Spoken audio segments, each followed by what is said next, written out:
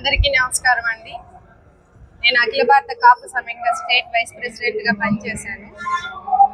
ఇక్కడ బలిజ సంఘం ఆత్మీయ సదస్సులో బలిజ కులస్తులకి జరిగిన అన్యాయాలు, కాపు కార్పొరేషన్ ద్వారా తీసేసిన పథకాలు, జగన్మోహన్ రెడ్డి వచ్చిన తర్వాత బలిజ సంఘంలో కాపు సమైక్యకు సంబంధించిన ఏ పథకాలు కూడా బలిజ వాళ్ళకి వర్తించలేదు. అదే చంద్రబాబు నాయుడు గారి ప్రభుత్వంలో అయితే బలిజలకి కాపు సమైక్యాన్ని పెట్టి ఆయన చాలా పథకాలు చేశారు.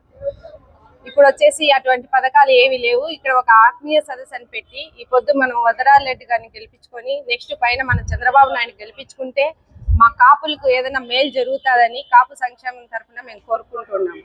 ప్రతి మహిళకు కూడా మేము తెలియజేసేది ఏమంటే ప్రతి ఒక్కరూ మన వరదరాల రెడ్డి గారిని గెలిపించుకోవాలని, ప్రొద్దుటూరు నియోజకవర్గంలో ఆయన గెలుపుకు మేము కృషి చేయాలని కోరుకుంటూ, అలాగే చంద్రబాబు నాయుడిని గెలిపించుకున్నామంటే మా కాపులకి ఏదైనా కానీ ఆయన చేయగలడు, ఆయన చేస్తారు, ఆయన వచ్చినారంటే కాపులకు అండగా ఉంటారని కోరుకుంటున్నాము.